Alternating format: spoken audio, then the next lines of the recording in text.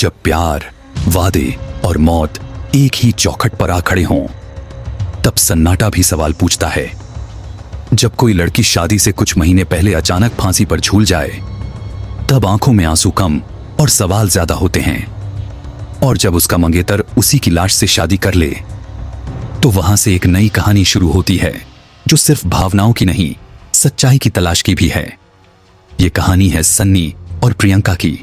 महाराजगंज जिले के निचलौल थाना क्षेत्र में एक छोटा सा गांव है, दीघा।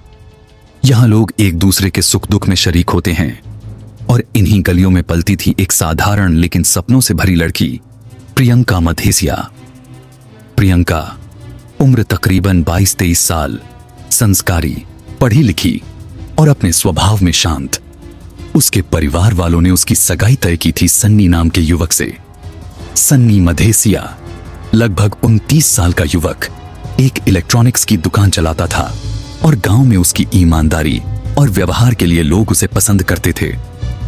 दोनों का रिश्ता पारंपरिक होते हुए भी आधुनिक था। दोनों ने एक दूसरे को कबूल किया और शादी की तारीख नवंबर 2025 तय की गई।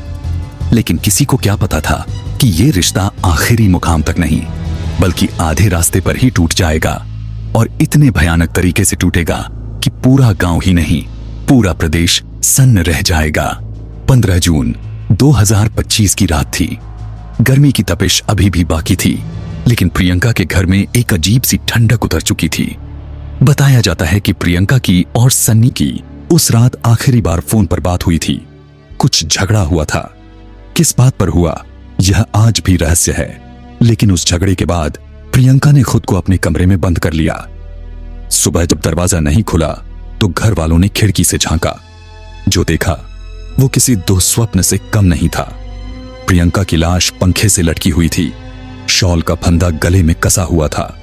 जमीन पर एक जोड़ी चप्पलें रखी थीं और एक अधूरी मुस्कान की तस्वीर टंगी थी। उसके चेहरे पर नहीं, दीवार पर। पुलिस को बुलाया गया। शव को निचलौल के सामुदायिक स्वास्थ्य केंद्र ले जाया गया, जहां डॉक्टरों ने उसे मृत घोषित किया। पोस्टमार्टम की प्रक्रिया शुरू हुई और प्रियंका का शव फिर गांव लौट आया, एक सफेद साड़ी में लिपटा, फूलों से ढका। जब यह खबर सन्नी तक पहुंची, तो वो कहीं बाहर दुकान पर था। खबर मिलते ही वो बाइक से सीधे प्रियंका के घर पहुंचा। उसकी आंखें पथराई हुई थीं, हाथ कांप रहे थे। लेकिन उस घड़ी उसने जो किया, वो शायद दुनिया में बहुत कम लोग कर पाते हैं। सन्नी ने प्रियंका की अर्थी के पास खड़े होकर सबके सामने ऐलान किया, मैं इससे शादी करूंगा।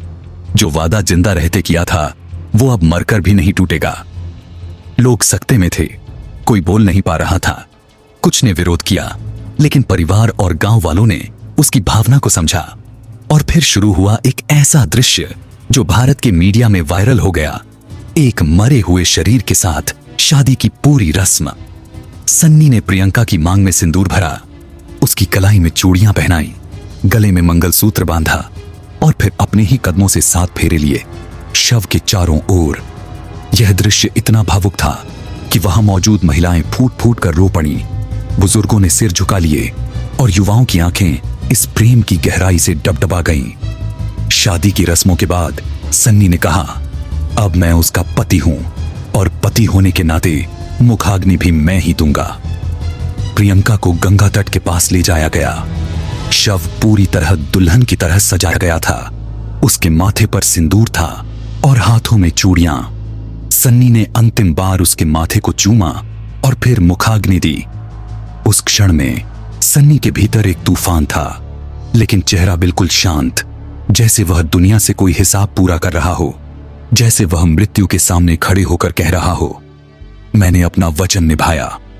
इस पूरी घटना के बीच एक बड़ा सवाल उभरा, क्या यह वास्तव में आत्महत्या थी?